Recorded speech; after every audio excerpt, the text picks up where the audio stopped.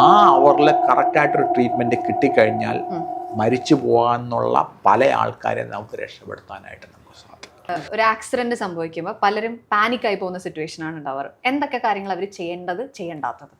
നമ്മൾ ആക്സിഡൻറ്റ് പറ്റിക്കഴിഞ്ഞാൽ ഇമ്മീഡിയറ്റ്ലി 2 കാര്യം കൊണ്ടാണ് ആൾക്കാർ മരിക്കും. നമ്മൾ ഹൃദയസ്തംഭനം ഉണ്ടാകും. അപ്പോൾ നമ്മൾ ആദ്യം അറിയാമല്ലോ ATLSൻ്റെ പ്രോട്ടോകോൾ നമ്മൾ പാലിക്കണം. ആൾ ശ്വസിക്കുന്നുണ്ടോ, ആളിന് പൾസ് ഉണ്ടോ, ആൾ ബ്രീത്ത് ചെയ്യുന്നുണ്ടോ. ഇതില്ലാന്നുണ്ടെങ്കിൽ ഉടൻ തന്നെ നമ്മൾ കാർഡിയാക് റെസിസിറ്റേഷൻ നമ്മൾ സ്റ്റാർട്ട് ചെയ്യണം. എക്സ്റ്റേണൽ കാർഡിയാക് മസാജും ആർട്ടിഫിഷ്യൽ വെന്റിലേഷൻ കൊടുക്കണം. അത് നമ്മുടെ എല്ലാ പൗരന്മാരും പഠിച്ചിരിക്കേണ്ട ഒരു കാര്യമാണ്. അത് റോഡിൽ നമ്മൾ നടന്നു പോകുന്ന നമ്മുടെ മുമ്പിൽ ഒരാൾ ബോധം കെട്ട് വീഴും, ഒന്നും പൾസില്ല, ശ്വസിക്കുന്നില്ല. വൈദ്യസഹായം കിട്ടുന്നതിൻ്റെ മിനിറ്റുകൾ താമസിക്കുന്ന സമയത്ത് അയാളുടെ ജീവൻ പോകുമോ ഇല്ല എന്നുള്ളത് നമ്മുടെ കയ്യിലാണ്. നമ്മളെല്ലാവരും പഠിച്ചിരിക്കേണ്ട ഒരു കാര്യമാണ്. അൺഫോർച്യുനേറ്റ്ലി അത് ആൾക്കാർക്ക് അറിയില്ല. ഫ്രീ ആയിട്ട് ബേബിയിൽ റെഗുലറായിട്ട് കാർഡിയക് റെസിസിറ്റേഷൻ്റെ ട്രെയിനിങ് നമ്മൾ നടക്കുന്നുണ്ട്. ആർക്ക് വേണമെങ്കിലും വരാം.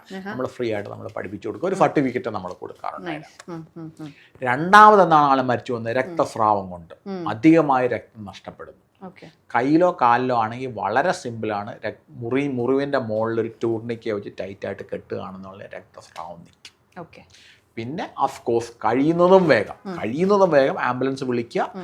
മേജർ ട്രോമ മാനേജ് ചെയ്യാൻ സജ്ജീകരണമുള്ള ഒരു ആശുപത്രിയിലേക്ക് അപ്പം തന്നെ ഷിഫ്റ്റ് ചെയ്യും. ഇത് സമയങ്ങൾ ഇമ്പോർട്ടൻ്റ് ആണ്. ഇതിനെല്ലാത്തിനും നമ്മൾ ഗോൾഡൻ അവർ എന്ന് പറയും. അമേരിക്കയിൽ ഉണ്ടായൊരു കൺസെപ്റ്റാണ്.